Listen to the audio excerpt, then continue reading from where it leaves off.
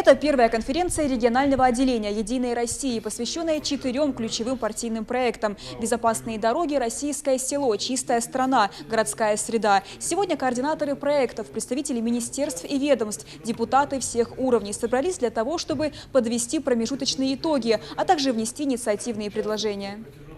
Открывает конференцию секретарь регионального отделения партии Михаил Илезов. Он отметил, что важно не только донести обществу информацию по партпроектам, но и получить ответную реакцию от жителей. Далее участники конференции перешли к обсуждениям. Партийный проект «Чистая страна» в 2020 году добился существенных успехов. 5-й год подряд республика становится лидером всероссийской акции «Вода России» по уборке берегов от мусора. В акции приняли участие более 180 тысяч человек. Были очищены берега 20 рек.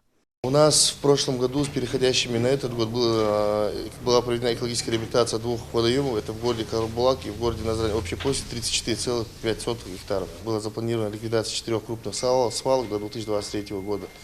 Это городские свалки Карабулак, Малгобек, Назрань и сельское поселение Нестеровское. Было ликвидировано 2 свалки, это Нестеровская и города Назрань.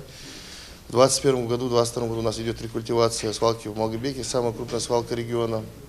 Также идет ликвидация в 2023, 2022-2023 году ликвидация свалки в городе Карабулак. В прошлом году был проведен капитальный ремонт берегоукрепительного и водозаборного сооружения на реках Сунжа и Аса. В рамках партийного проекта был воссоздан собственный питомник общей площадью 2 гектара. Произведена заготовка семян акации белой, красного дуба и ясеня. В текущем году планируется создание регионального лесопитомника площадью 5 гектар. В общей сложности в республике ликвидировано 142 стихийных навала мусора. Это одно из главных достижений в сфере экологии, отметил член регионального отделения партии Бекхан Барахоев. Проделана большая работа. Остается у нас около 12 свалок республики. Нужна ликвидация этих свалок обязательно и культивация. Чистая страна зависит от нас, в первую очередь, от нас самих. Мы, если будем ухаживать за всем этим, и наши дети будут все это видеть. Далее участники конференции перешли к обсуждению одного из самых известных партийных проектов «Городская среда». Всего по республике Ингушетия благоустроено 111 общественных территорий и 53 дворовых территорий. В 2021 году планируется благоустройство 34 общественных территорий на общую сумму 139 миллионов рублей. Всего в республике до 2024 года должно быть благоустроено 435 дворовых и общественных территорий, а также мест массового отдыха населения. Если говорить о партийном проекте «Российское село», то участники конференции едины во мнении, что необходимо актуализировать работу по отбору предложений по повышению занятости сельской молодежи.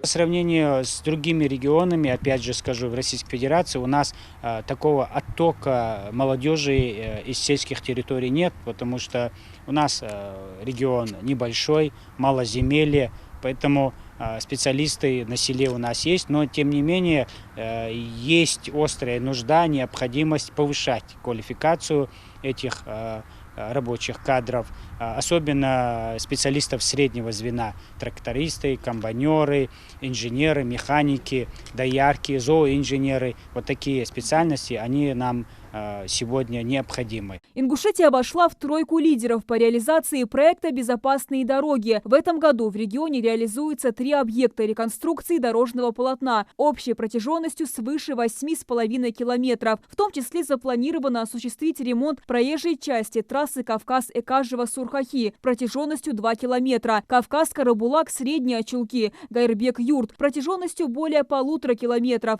а также реконструкция более километра дороги Назрань-Сунжа. Амина Бокова, Адам Талаков, Новости 24.